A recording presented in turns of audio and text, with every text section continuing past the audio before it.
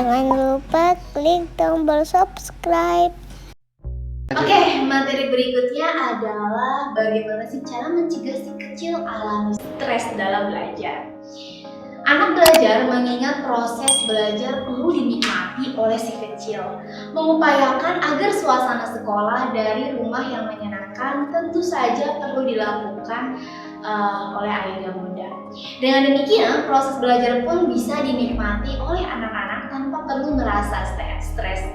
Materi yang diberikan oleh guru pun bisa dipahami dengan baik. Jika sejak awal anak-anak tidak menikmati proses belajar, tentu saja bisa beresiko anak tidak menikmati proses belajar dan momen di sekolah. Oleh karena itu, ada beberapa hal nih yang perlu disiapkan dan dipahami oleh ayah dan bunda selama mendampingi dan menjadi pengawas anak-anak tentunya. Turunkan ekspektasi ingin si kecil betah duduk anteng di laptop saat menyimak gurunya.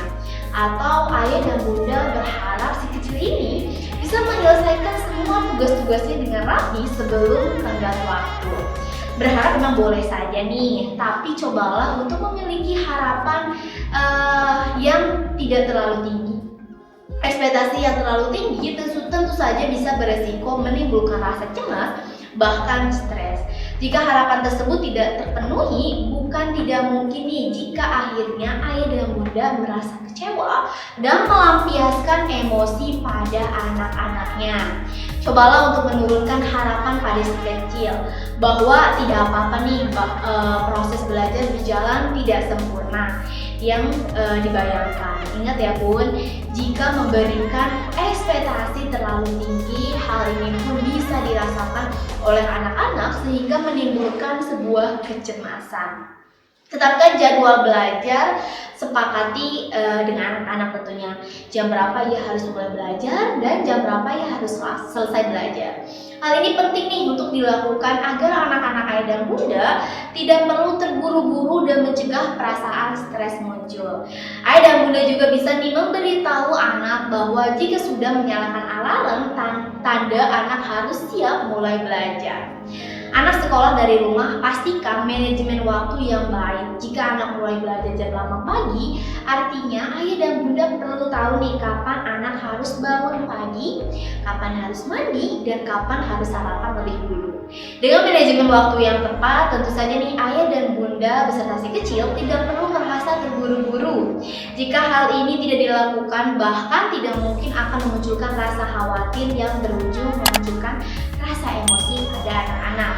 Siapkan tools atau perangkat yang dibutuhkan sebelum tidur. Ingatkan si kecil nih untuk selalu menyiapkan perlengkapan atau tools yang dibutuhkan saat belajar nanti. Mulai dari buku, worksheet, pensil, termasuk perangkat yang dibutuhkan saat sekolah di rumah seperti laptop dan handphone. Faktor lain yang tidak kalah penting tentu saja memastikan jaringan sinyal yang stabil sehingga proses belajar bisa berjalan dengan baik tanpa adanya gangguan. Internet yang stabil tentu saja nih dibutuhkan agar anak-anak tidak ketinggalan materi pembelajaran yang diberikan oleh gurunya. Dan bunda bisa nih menggunakan paket internet yang ada di provider yang menghadirkan berbagai macam kuota untuk mengakses aplikasi e-learning seperti akses belajar tentunya. Terus bagaimana nih dengan tipe karakter belajar anak-anak? Jika anak-anak membutuhkan untuk mengeluarkan energi lebih banyak, tidak ada salahnya nih untuk mendampingi anak-anak dalam melakukan aktivitas fisik sebentar sebelum mereka memulai belajar. Namun jangan sampai terlalu lelah ya bun. Dengan memahami apa yang dibutuhkan anak-anak, proses belajar selama di sekolah dari rumah bisa diharapkan berjalan dengan baik.